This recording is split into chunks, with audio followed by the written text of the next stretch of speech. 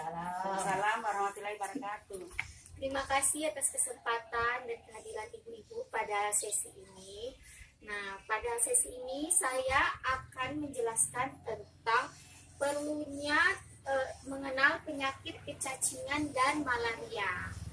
Nah, saya akan bertanya, apakah anak ibu pernah menderita kecacingan atau malaria? Tidak. Nggak pernah cacing. Pernah. Tidak pernah. Oke. Kalau malaria tidak. Tidak malaria tidak. Ya, jenis-jenis penyakit yang rentan terjadi pada anak. Yang pertama malaria, yang kedua adalah diare, dan yang ketiga adalah kecacingan. Yang pertama kita akan membahas tentang malaria dan cara pencegahannya. Nah, di sini malaria disebabkan oleh gigitan nyamuk.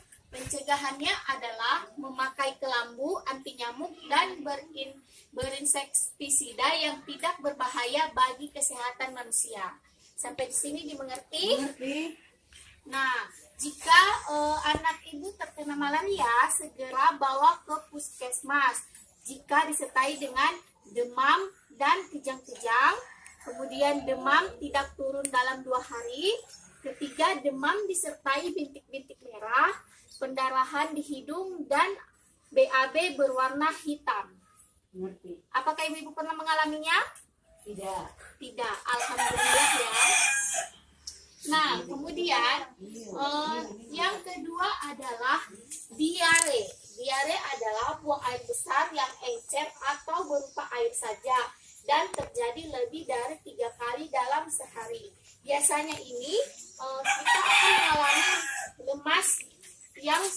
lemas yang disertai dengan tidak bisa melakukan apapun. Nah, kemudian untuk mengatasinya, untuk pada bayi yaitu teruskan ASI dan MPASI. Ketika anak diare, berikan oralit atau cairan setiap anak, BAB dan tablet zinc sesuai dosis.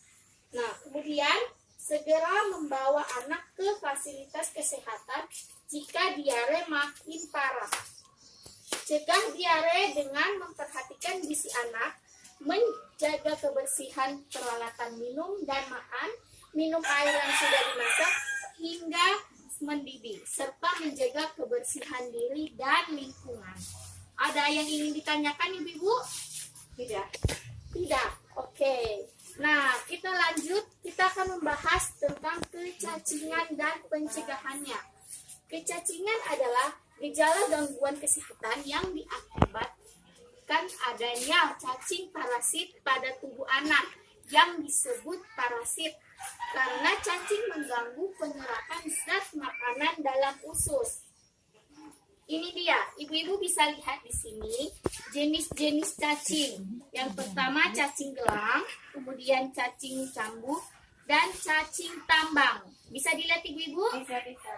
Nah, ini dia cara pencegahannya adalah kita harus rajin cuci tangan menggunakan sabun dan air yang mengalir, potong kuku hingga pendek, dan BAB di bak, buang air kecil, menggunakan jamban sehat, bersihkan bank penampungan air, dan membuang sampah pada tempatnya.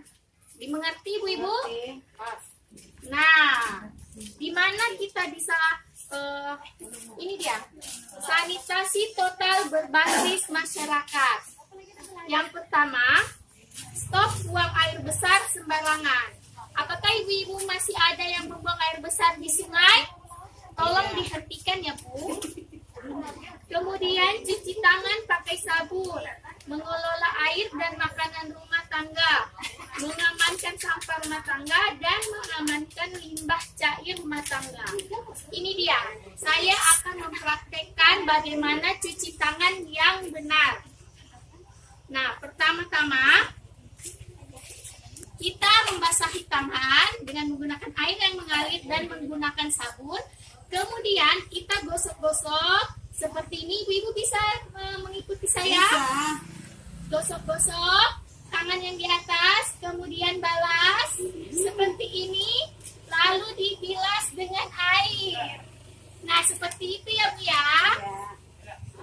Nanti ibu-ibu bisa mempraktekannya melakukannya di rumah masing-masing. Nah, ini dia kriteria jamban sehat. Nah, kriteria jamban sehat yaitu tidak mencemari sumber air bersih, paling sedikit berjarak 10 meter dari sumur. Nah, kemudian tersedia air bersih, kloset yang bersih, tidak bau dan nyaman untuk digunakan, tersedia tempat cuci tangan yang memadai, tetap bersih, dan memiliki ventilasi dan pencahayaan yang cukup. Nah, ini dia. Yang terakhir saya akan menyampaikan kesimpulan, yaitu pesan untuk menjaga kesehatan. Dengan perilaku hidup bersih dan sehat, keluarga menjadi tidak mudah sakit, anak tumbuh sehat, dan tumbuh cerdas. Dengan cara cuci tangan dengan menggunakan air bersih, menjaga kualitas sumber air minum, kemudian buanglah sampah pada tempatnya, biasakanlah buang air besar di jamban sehat, dan gunakan KIS atau BPJS untuk mengakses layanan kesehatan. Nah, bagaimana cara mengaksesnya? Yaitu dengan cara pertama, kita akan ke Vaskes tingkat 1, yaitu puskesmas, poliklinik, dokter pribadi, rumah sakit berkategori D sesuai dengan FKTP yang tertera pada kartu KIS dan BPJS. Jadi ibu-ibu apabila ibu sakit bisa ke puskesmas menggunakan kartu KIS dan BPJS. Kemudian ke Vaskes tingkat 2, rumah sakit umum daerah, dan yang terakhir adalah Vaskes tingkat 3 BPJS, yaitu rumah sakit umum pusat nasional. Sampai di sini bisa dimengerti? Bisa. Ya, maka dari itu saya akan mengakhirinya. Terima kasih atas kedatangannya. Saya ucapkan assalamualaikum.